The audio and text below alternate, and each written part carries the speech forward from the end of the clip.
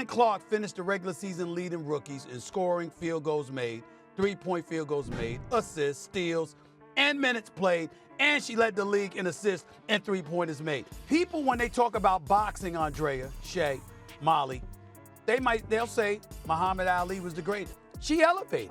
She seemed to thrive. The second that we talked about her needing to be on Team USA, obviously all of us weren't in agreement with that. All right, let's break down Caitlin Clark's wild playoff ride. We're talking historic stats, questionable calls, and a rookie showing she's got what it takes to hang with the vets. By the end of this video, you'll see why everyone's talking about Clark, even after a tough loss. Ready to dive in? Picture this, Clark steps onto the court for her first WNBA playoff game. The crowd's buzzing, and she's not just facing the sun, she's about to go toe-to-toe with the refs too. But Clark, she's not backing down. Now get this, Clark becomes the first rookie ever in WNBA playoff history to rack up 25+ points, 5+ rebounds, and 5+ assists. That's huge! We're talking about a rookie making history in her first playoff appearance. It's like she's playing 2K on easy mode, but this is real life. But Clark's amazing stats are just the beginning of this wild story. There's way more drama coming up, and trust me, you're gonna want to hear about it. Remember when I said there's more drama? Well, hold on to your seats. The refs decided to join the game. Caitlin Clark was assaulted yesterday in her very first playoff game in the WNBA. We've seen the animus directed at Caitlin Clark all year.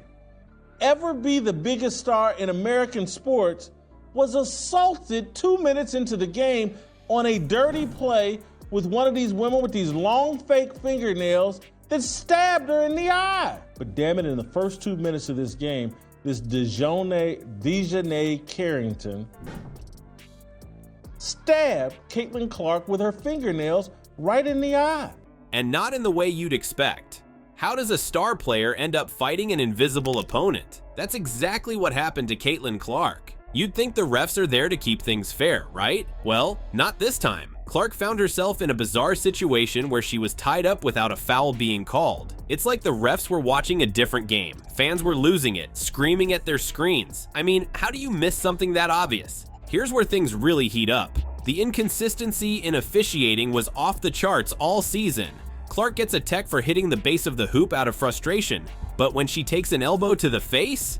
Crickets? Nothing. Nada. Fans were losing their minds, saying things like, Caitlin Clark could get a technical for breathing wrong. I mean, come on, social media was blowing up with outrage. One fan summed it up perfectly. These refs are literally blind. Even Dave Portnoy, who's a big deal in sports commentary, couldn't believe what he was seeing. When Clark crashed to the ground after some serious contact and there was no call, he went off. He tweeted, "This is absolutely outrageous, no call. Disgusting." When you've got people like that calling out the refs, you know something's seriously wrong. All these questionable calls, they didn't just mess with the scoreboard, they messed with the whole vibe of the game.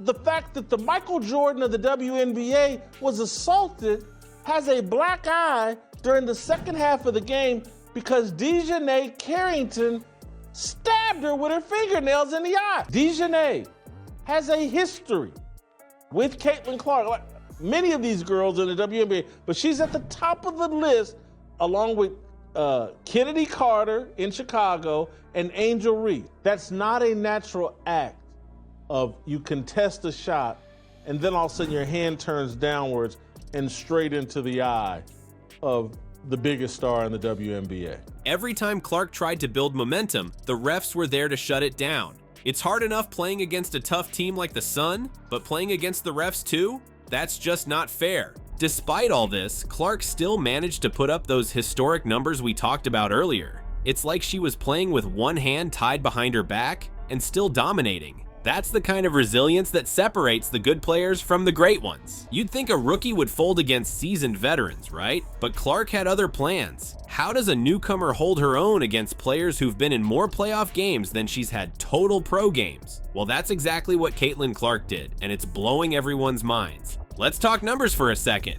The Fever's playoff experience? A measly 19 games. The Suns? A whopping 222. That's not just a gap, it's a canyon. But Clark wasn't about to let that intimidate her.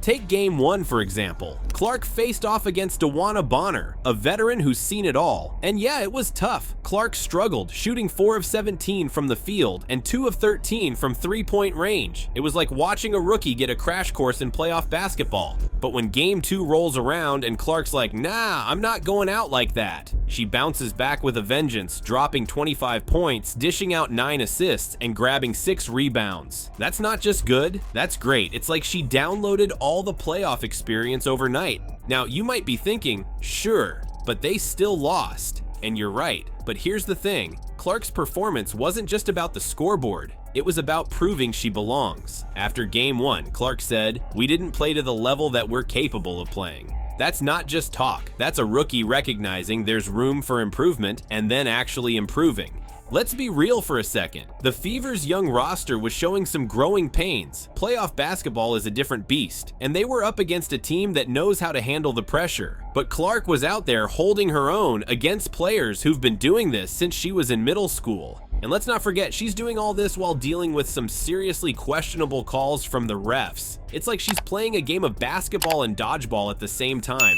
dodging bad calls while trying to score. So yeah, the Fever lost the series, but Clark won something bigger. She proved she's not just another rookie. She showed she can hang with the best, even when the odds are stacked against her. She faced off against playoff veterans, tough defense, and questionable officiating, and still came out looking like a star. You might think Clark's impact is limited to the court, but trust me, it's way bigger than that. This rookie isn't just changing games, she's shaking up the entire WNBA. How can one player have such a massive effect on an entire league? Well, buckle up, because the answer is gonna blow your mind. Let's talk numbers for a second. Clark's games are pulling in a whopping 1.84 million viewers. That's not just good, that's insane. Compare that to the previous MVP, Asia Wilson, who was only bringing in 460,000 viewers. Clark's not just playing basketball, she's putting on a show that people can't get enough of. But it's not just about the ratings. Clark's presence is doing something even crazier. She's drawing comparisons to some of the biggest names in basketball history.